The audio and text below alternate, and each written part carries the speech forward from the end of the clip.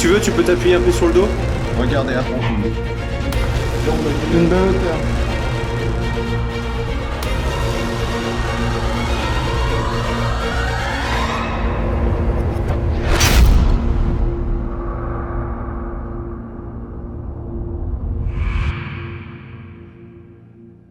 Salut tout le monde, je vous fais juste une petite pause. Alors, excusez-moi pour le style vestimentaire et la coiffure. On vient juste de rentrer ce matin des bunkers et là je suis déjà sur le montage. Alors bon, bref, on est entre nous. Juste pour les gens qui ont vu les bunkers secrets de Brest partie 1, et pour ceux qui ne l'ont pas vu, je vous invite à aller voir. Vous avez remarqué qu'avant c'était une corde et que maintenant c'est une échelle. C'est qu'en fait la première fois ça s'est pas passé exactement comme prévu. C'est-à-dire que notre ami Émile nous avait fourni une corde avec bon quelques petits nœuds dedans histoire de foutre les pieds. Mais ce genre de choses ça ne fonctionne que avec les Émile sauvages, tu vois. Ça marche pas avec les Black Raven, hein. Ce qu'il faut savoir avec les Black Raven c'est qu'on est des bons vivants quoi. On aime la vie quoi.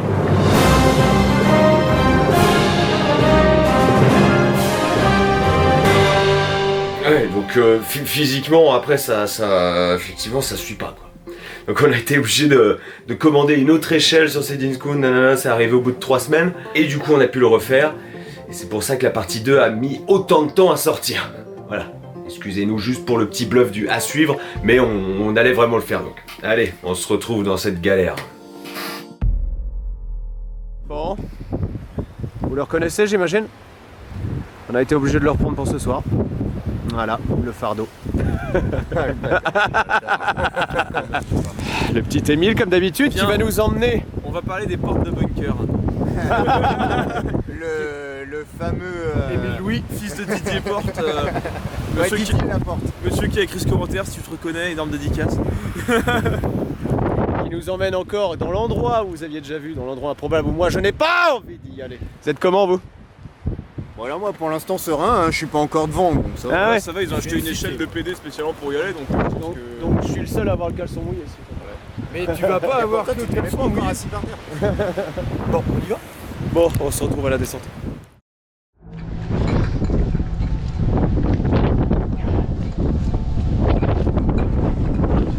Oh ah ouais, c'est bon. Ah, c'est chaud pour y rentrer. ouais, c'est assez étroit. Ah, mais on peut la dernière fois, les gars. Pour la première dernière fois.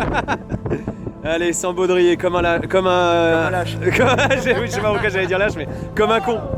Non mais si ça peut vous rassurer, je l'ai fait aussi, j'en suis sorti. Oui, non, mais toi, t'es conscient de ce que tu fais. C'est l'échelle, elle est très très proche du... Bon bah faut avoir une confiance en Voilà, la ouais. musqueton par contre. Avec les... Très exigu. J'ai l'impression d'être en stage commando. Ouais, mais sinon, c'est facile à descendre. Si tu veux, tu peux t'appuyer un peu sur le dos. Je regarde un peu. Franchement, Nous sommes obligés de descendre par cette cheminée pour accéder au souterrain. Toutes les portes extérieures sont blindées et fermées. Nous utiliserons une échelle d'une longueur de 15 mètres. Elle ne touchera même pas le sol une fois installée. Non, elle touche pas le sol, mais putain, c'est un truc de 15 mètres. mon pote, elle touche pas le sol. Hein. Non. Il est loin de toucher le sol. Hein. Elle est, là, quand je vais être en bas, elle va arriver à mon torse. Comment tu te sens? Bah faut pas regarder en bas.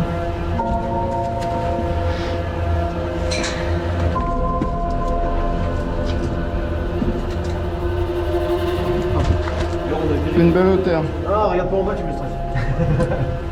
Le mec, je le stresse plus que moi-même. Ok. En fait, ça me fait chier plutôt qu'autre chose pour l'instant ça. Mais mets-le, putain, je me stresse. Ouais, je vais le mettre parce que sinon, je vais encore me faire engueuler, arriver à la maison. Ah, et tu vas me remercier prochainement. D'accord, ouais. Et il reste combien de mètres là, du coup, sous toi? Je dirais 2. Ok, je suis arrivé. C'est qui descend là? Tu veux le baudrier ou pas? Attends, je le décroche, j'arrive. Non, arrête. Il fait chiti déjà. Hein? C'est accroché quelque part. Ouais, attends. Vas-y, là, essaye. C'est bon? Toujours accroché. Ah, c'est bon, je peux mettre l'échelle.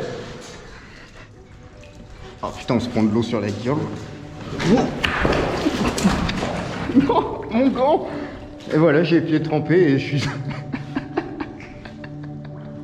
Tu me filmes là, Kiki? Ouais. Tu me filmes? Oui. Je vois ton gros trou de balle, là. Regarde, ça saute un peu là. On va filmer ta chute. Ouais. La chute du faucon. Ah, vous savez pas comment je suis content de vous voir, les gars? Moi, c'est quelque chose, ça. Non. Il te reste que tes bras. Il est pendu. Non, ça va. Ah putain. Merde. Attends, je suis toujours accroché au bout de l'hiver. Bon, aidez-moi, bande de bâtards. Retour à l'air en minutes. Ah, c'est bon. Oh merde, putain. Oh, c'est pas pour moi ça. Ouais. Ouais, attends 2 secondes. Bah oui, je suis. Ouais, vas-y.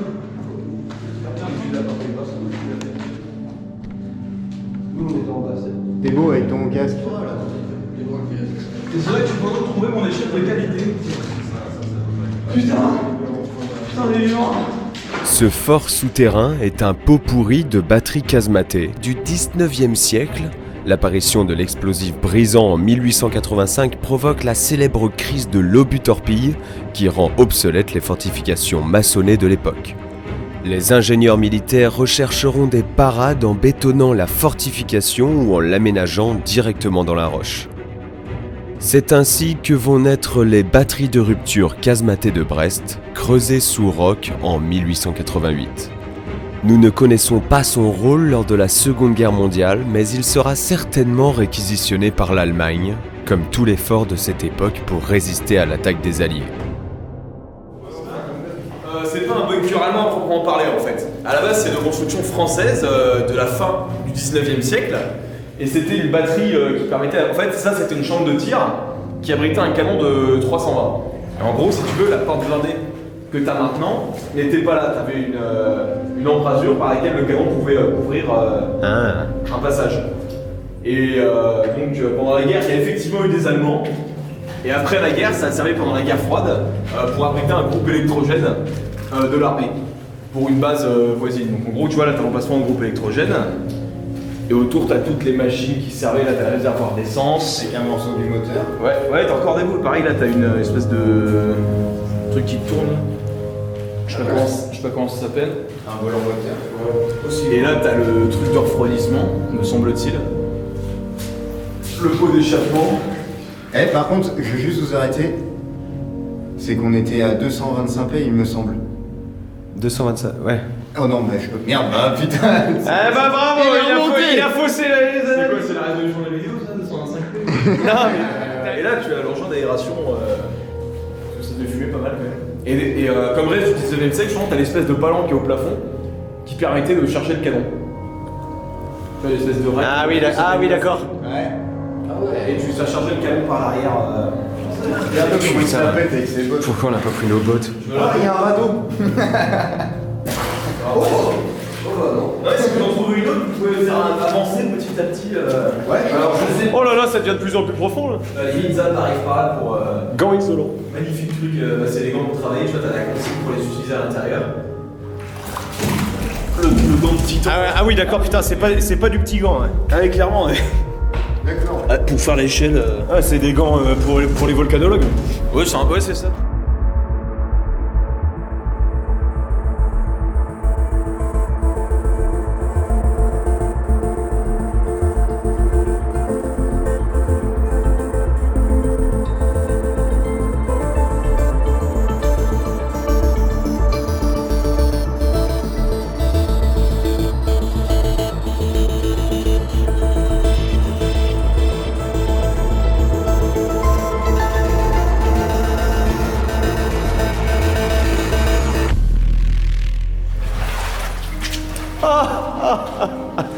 J'ai les pieds trempés de merde.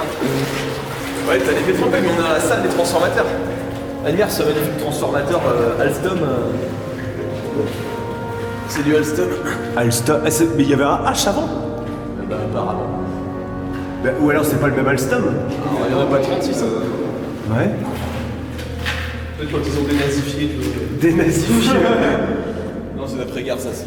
Je sais pas de quelle période exactement. Ah, ça fait du bien de se faire un petit bain de pied là. Le pourquoi du comment tu dois pas boire l'eau. Oh putain, un casque allemand. Eh ouais. Un Stalem M40 selon mes maigres connaissances. Oh putain, ouais, fais-toi une bonne vignette là. Ouais. Mais limite, mets-le au premier en avant-plan et fous-toi derrière en mode oh. Je le voyais pas comme ça, mais. Ah, tu veux pas enlever ta capuche et ta casquette. Mets-le sur tes cheveux. Qu'est-ce que ça passe? Artoum, commande Zéro, Schnell. Ça, c'est quoi? C'est des anciens trucs à masque à gaz? Oui, putain, bon élève. Ah, t'as vu quoi? Il a retenu. C'est très surprenant de retrouver un ancien casque ainsi que des boîtes à masque à gaz allemands de la Seconde Guerre mondiale, alors que ce fort a été rénové lors de la guerre froide. Cela peut néanmoins confirmer la réquisition du fort par l'Allemagne en 39-45.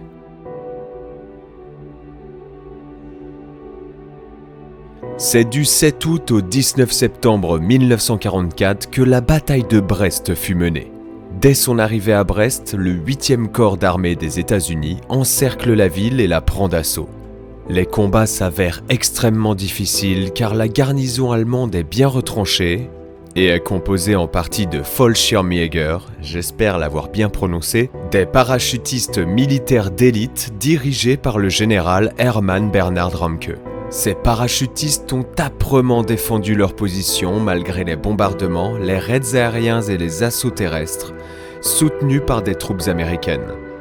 Pour chaque petite avancée dans la ville, les Alliés perdaient beaucoup d'hommes. Conformément à leur doctrine militaire, les Américains ont tenté de mettre à profit la supériorité de la puissance de feu de leur artillerie et de leur flotte aérienne pour écraser leur ennemi plutôt que de l'affronter au corps à corps. Les Allemands, de leur côté, avaient stocké une quantité considérable de munitions pour la défense de la ville et disposaient d'armes de tous les calibres, des canons anti-aériens légers aux canons navals, cachés dans les fortifications et dans les blocos. La bataille fut intense, les troupes alliées qui se déplaçaient de maison en maison eurent beaucoup de difficultés à détruire les fortifications, de construction française et allemande, en raison des fortes salves qui éclataient de toutes parts. À la fin de la bataille, la ville de Brest était rasée. Seules quelques vieilles fortifications médiévales en pierre avaient tenu le coup. Après la défaite de l'Empire allemand et la reconquête de la souveraineté française, l'armée de la République rénova certains blocos du mur de l'Atlantique ou d'anciens forts français comme celui-ci lors de la guerre froide.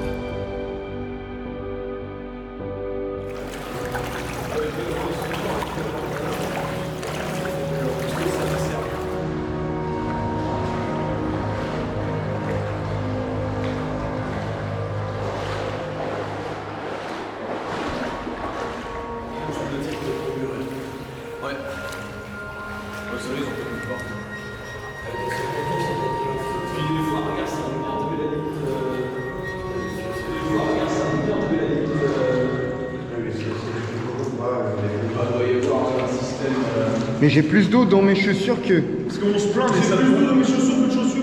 Non mais regarde, écoute. Merde, chut.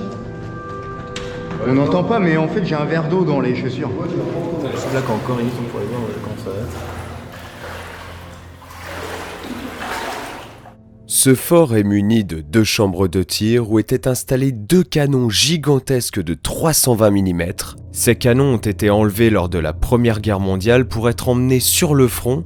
Lors de la guerre froide, ce fort a servi de centrale électrique. Ils installèrent des groupes électrogènes et des batteries de transformateurs. Nous sommes en ce moment vers la salle de réserve des munitions.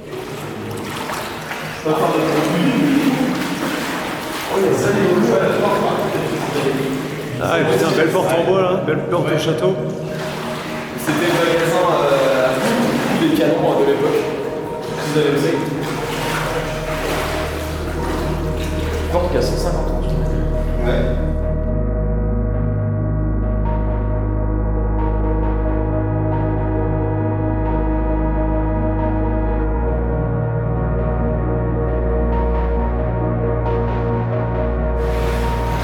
Et donc là, c'est la fameuse porte auquel on ne pouvait pas rentrer, bordel.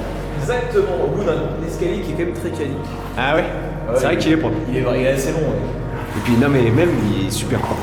Il serait un peu. Il est en bon état. Ouais, et puis t'as des. La rampe et des potes en plus. Hein. C'est un cadre. La rampe et des potes, puis t'as des petites niches sur les côtés. Et apparemment, ce serait des niches à fusée ou à amorce, je sais plus trop. Ça, c'est quoi ça? C'est des niches, je pense, pour les amorces ou les fusées, apparemment. Ah oui. C'est dû apparemment, je suis pas sûr du tout. Ouais, ça va trop en fait. Bougez plus. Ah oui. Non, là, d'accord. vous filmez plus. Enfin, vous. Ouais, voilà. Ouais, non, on n'a pas appris à creuser avec la ligne Maginot. Ah ouais, Le pire, c'est qu'il y a que 15 putains de mètres de dénivelé, quoi. Et il fait tellement bon. Ouais. Il y en a une qui s'ouvre, non? C'est pour faire quoi ça? Celle-là, non, je pense pas, elle est bouffée par la rouille. Bah, tu sais, c'est comme les autres. Tu mettais des petites niches pour amorce ou je sais pas quoi. Ah c'est pour tout faire péter. Non. C'est. Non mais j'en sais rien, c'est les ennemis qui Mais arrivent. pourquoi ils sont. Oui, ils ont ça, mais je Pourquoi elles sont dans tout Pourquoi dans ces cas-là t'as le trou qui va. Bah, c'est une très aller à bonne la question, deuxième. justement, je me le demandais aussi.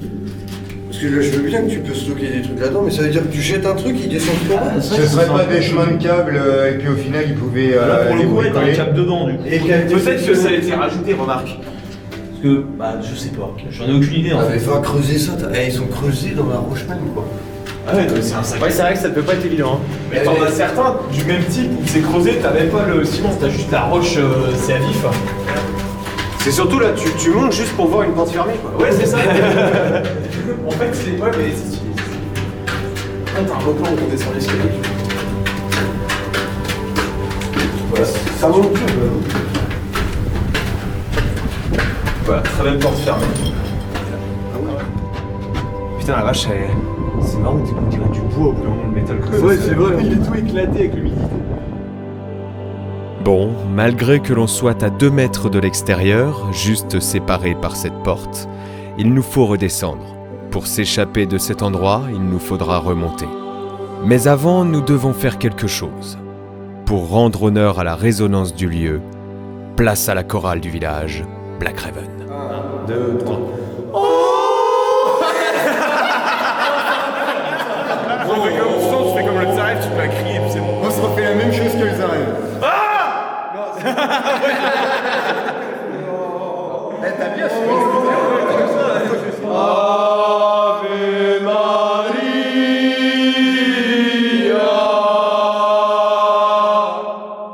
Nous baptisons donc Jean-Baptiste en notre église. Putain, il a foiré tous les coups.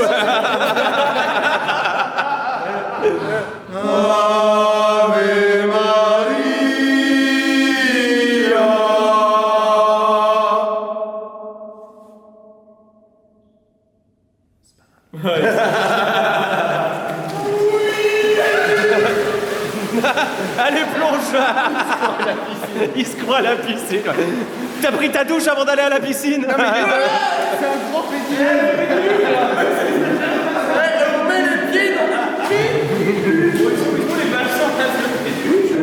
Allez, on voit pas le bout. On est bien. Dites bien à Rikiki et Zap que je les apprécie un petit peu. Bah limite tu peux nous le dire en direct. Ta gueule. L'autre côté, t'as les câbles qui vont casser. Hein, t'es fort putain.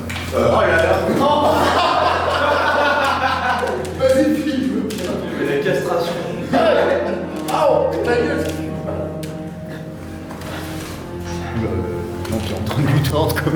Non, mais c'est lui avec ses pieds aussi.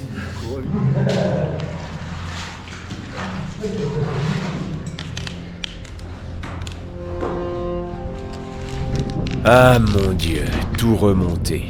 Moi qui ai une peur viscérale du vide, l'on peut remercier cette échelle d'avoir soutenu nos 4 carcasses. Là, c'est Rikiki. Il n'a pas pris le baudrier pour remonter. Bon, comprenez-le, il a la caméra, il a besoin de faire son malin. Ce qui est bien quand on fait le montage, c'est qu'on peut parler sur ses collègues sans qu'ils ne puissent se défendre.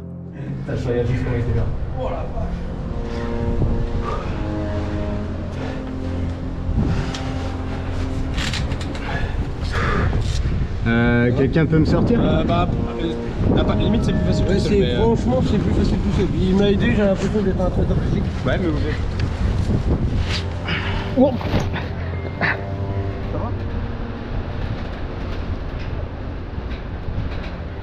Mais heureusement qu'elle tient encore sous notre poids celle-là, parce que putain. Ouais, clairement, parce qu'à un certain âge, quand même, la mer. Ah, puis c'est surtout qu'on serait dans la merde. Ouais, vraiment. c'est clair. On serait obligé de passer par le pauvre trou, là. Ce serait vraiment risqué. Ouais, clairement.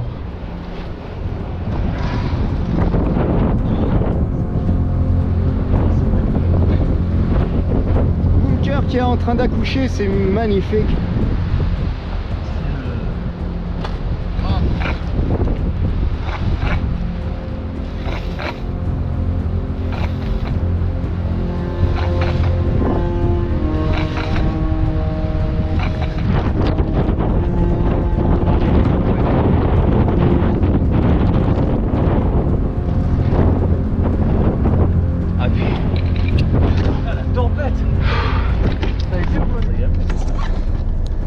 Ouais, attends, on va faire plus ça.